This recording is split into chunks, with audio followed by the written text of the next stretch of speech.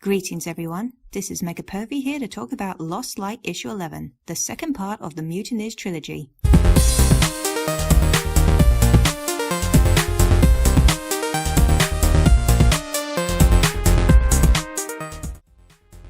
Oh James Roberts, you just love toying with our emotions with this one. Anyway, issue 11 did indeed shed some light on the situation, and it made me feel both relieved and terrified for reasons I'm going to explain. Ever since More Than Meets the Eye issue 50, we've been waiting for this part of the story to come round, the Mutineers side of the story. I remember reading issue 50 on that cold February morning, and horrified to learn that Rodimus and co were abandoned on the Necro world and left at the mercy of the DJD. What made it worse was that the Mutineers were characters we cared about. Blaster, Bluestreak, Riptide, Perceptor. All of these Autobots that we had come to care about were dooming their friends to a fate considered worse than death. It left us with so many questions and so much heartbreak, and it wasn't until now that we got the answers we so desperately wanted.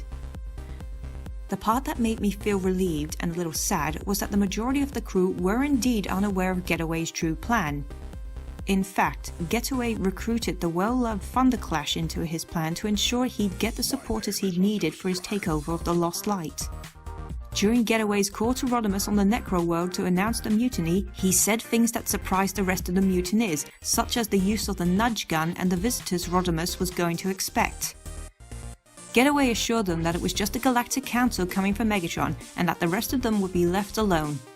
This was in fact Getaway's real plan, though the true plan was that he wanted Megatron dead, and he didn't exactly leave any details about Rodimus and co. Though this gave the Mutineers some relief, there was still some obvious concern amongst the crew, and Getaway was desperate to get rid of it. He dodged all their questions about Rodimus and co.'s whereabouts, and instead focused their attention on fighting Cyber Utopia. Thankfully, Getaway's lies were exposed when the Mutineers finally viewed the broadcasted final will and testament of Rodimus and co. As I said earlier, this made me both feel relieved and sad. Relieved because it meant that the majority of the Mutineers didn't intend for Rodimus and co to die. But it left me sad because, well, look at their faces. They realized that they had unintentionally condemned their friends to a fate worse than death. We all know what the DJD do to their victims, and I'm pretty certain these Autobots know it as well. The whole reason they were on board with the plan in the first place was to get rid of Megatron, and Getaway made them believe that Megatron had tricked Rodimus and co onto his side. Though we finally got the answers we so desperately needed, this is not the end of this new chapter. Getaway has now employed Sunder and Freud to wipe the memories of the crew to make them believe Rodimus and co had left intentionally, and has Thunderclash trapped in a memory loop. The new question now is, even with their memories wiped, will they remember what had happened? Will they recall that Getaway had tricked them into leaving Rodimus and co to die?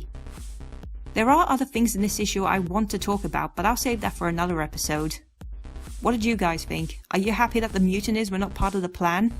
Are you worried what Getaway now has in store for them? Well, let's see what happens next time aboard the Lost Light. Ciao for now.